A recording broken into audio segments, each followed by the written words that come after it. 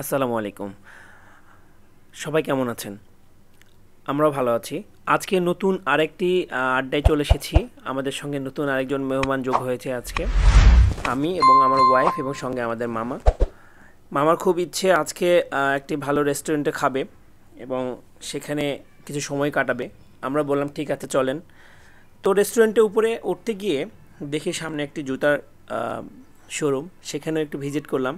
পরিবেশটা অনেক সুন্দর এবং ঘুরতে ভালোই লাগছিল। তারপর ভিতরে সেন্ট্রাল এসি করা। তো যাই হোক, ঘোরাফেরা শেষ করে আমরা আবার রেস্টুরেন্টের দিকে রওনা দিলাম। আর রেস্টুরেন্টটা কিন্তু খুব ভয়ঙ্কর, দেখলেই বুঝতে পারবেন। ভিতরে যখন ঢুকবো তখন বুঝতে পারবেন। আমরা সিঁড়ি বেয়ে উঠছি উপরের দিকে, কিন্তু এখানে আসলে সিঁড়ি বেয়ে ওঠা খুব কঠিন। রাস্তাটা চিনতে পারছিলাম না, পরে ভাবলাম যে না, লিফটেই যাই। তখন জিজ্ঞেস করলাম লিফটটা কোন দিকে। লিফটে উঠলাম, চলে আসলাম সেই কাঙ্ক্ষিত জায়গায়। নিশ্চয়ই চিনতে পারছেন কোথায় এটা। তো যাই হোক, আমরা যখন ঢোকার পরে সামনে দেখলাম একটা ফুলের তোড়া দিয়ে সাজানো একটা রাউন্ড শেপ। ওখানে একটু ছবি তোলার ট্রাই করলাম, অনেক পোস্টোজ নিয়ে ছবিও তুললাম। তোলার পরে এখন আমরা এন্ট্রি নিচ্ছি এই রেস্টুরেন্টের ভিতর ঢুকে ভালো লাগছিল, অনেক সুন্দর পরিবেশ। তারপরে এই গরমের মধ্যে সেন্ট্রাল এসি, শরীরটা জুড়িয়ে গেল ঠান্ডায়, খুব মজা। তো এই অবস্থায় এখন আমরা আসলে হঠাৎ সিদ্ধান্ত নিয়েছিলাম যে আজকে আমরা খাওয়া দাওয়া করবো, বাইরে যাব, ঘুরবো। কিছুটা সময় হাতে ছিল অফিসের পর। তো এখানে আসলে উদ্দেশ্য হচ্ছে যে মামাকে নিয়ে আসাটা। তো মামা এখানে এসে খুব খুশি, আমাদের রুহুল আমিন মামা। ওয়েলকাম ড্রিঙ্কসও দেয় এখানে। ওয়েলকাম ড্রিঙ্কসটা অনেক টেস্ট ছিল। আর হচ্ছে এখানে আশেপাশে দেখলে বুঝতে পারবেন আমরা কোথায় অবস্থান করছি। একটা সুশৃঙ্খল পরিবেশ, শান্ত পরিবেশ ঢাকার মধ্যেই। তো এখানে যে ফুড চার্টটা দিয়েছিল, এখানে লাঞ্চ প্যাকেজ, এখানে অনেক দামি দামি লাঞ্চ প্যাকেজ ছিল, দেখে তো ভয় করছিল। তারপরও অনেক সাহস করে সিদ্ধান্ত নিতে চাচ্ছিলাম যে কোনটা অর্ডার দিব। তারপর আমার স্ত্রী দেখছে, আমার মামা দেখছে, আমি দেখছি। তারপর সিদ্ধান্ত অলরেডি আমরা নিয়ে ফেলেছি যে এবারে কী অর্ডার দেওয়া যায়। তো শেষমেশে অর্ডার দিয়ে ফেলেছি। তো অর্ডার দেওয়া শেষ, এখন আমরা ওয়েলকাম ড্রিঙ্কসটা খাচ্ছি। ওয়েলকাম ড্রিঙ্কসের টেস্ট ভালো ছিল, ডিফারেন্স টাইপের। মোটামুটি ঠিক আছে। এবং যাই হোক, আজকে তো দিনটা একটা সুন্দর দিন ছিল, বৃষ্টিমুখর দিন। এই দিনে আমরা বাইরে যখন বের হয়েছি তখন অনেক বৃষ্টি ছিল। আসলে বৃষ্টির মধ্যে ভিজে ভিজে আমরা আসছি এখানে। এখানে মামা খুব এক্সাইটমেন্টে আছে কখন খাবার আসবে। তো আমরা সর্বশেষ অর্ডারের পর ওয়েটারটা আমাদের সামনে আসলো। ওয়েটার ছেলেটা খুব ভালো ছিল এবং ছেলেটা খুব হেল্পফুল। উনি জিজ্ঞেস করলো আসলে আমরা কোনো ব্লগ করি কি না। তখন আমি বললাম যে হ্যাঁ, আমরা ব্লগ করি, আর ছোটোখাটো ব্লগ করি। আমাদের চ্যানেল সম্পর্কে সে জানতে চাইলো। তারপর সে আমাদের চ্যানেল সম্পর্কে জানলো। নিশ্চয়ই সে আমাদের সাবস্ক্রাইবার একজন হতে পারেন।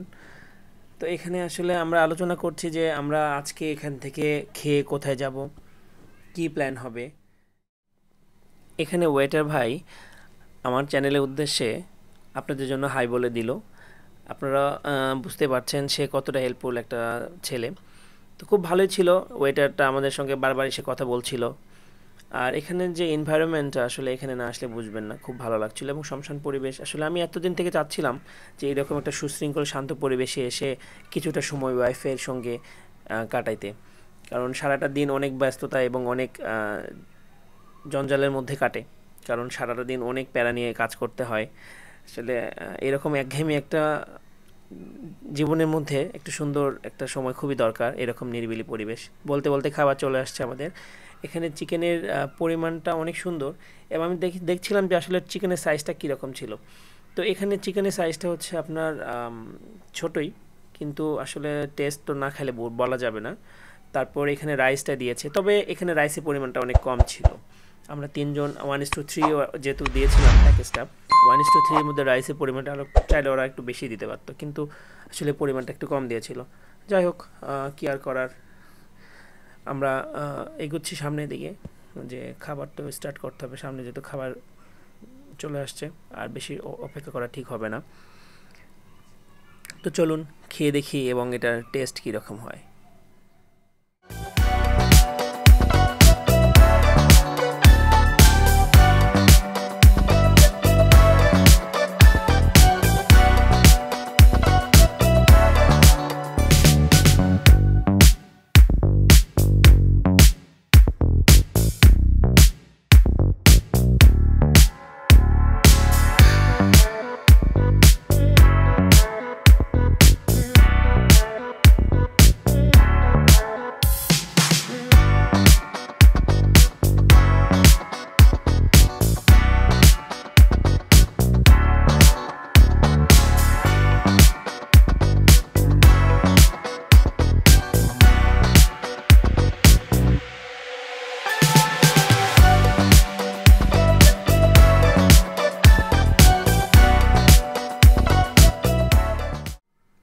আরেকটা কথা বলে রাখি, এখানে যে খাবারগুলো অর্ডার করা হয়েছে সেগুলো পুরোপুরি পছন্দ আমার ওয়াইফের এবং আমার মামার। কারণ বরাবরের মতো আমার ওয়াইফ ওই চিকেন আর ফ্রায়েড রাইস ছাড়া অন্য কিছু সে খেতে চায় না, কারণ তার সবথেকে পছন্দ খাবারের মধ্যে এই দুটো আছে। এছাড়াও আছে রাইস বল। আসলে সে খাবার দাবারের শেষে যখন দেখছে আরেকজন রাইস বল খাচ্ছে, তখন তার আফসোস হলো যে ইস, যদি আমি রাইস বলটা অর্ডার দিতে পারতাম। কিন্তু আসলে তখন খাওয়ার পরে পেটটা ভরে গিয়েছিল এবং তারপর আর কোনো কিছু খাওয়ার এনার্জি ছিল না এবং রুচিও ছিল না। তাই আর কি করার, এটা শেষ করতে আমাদের যতটা সময় লেগে গেল ততটা সময় ধরে আমরা এখানে বসে বসে খাচ্ছিলাম এবং সময় কাটানোর চেষ্টা করছিলাম।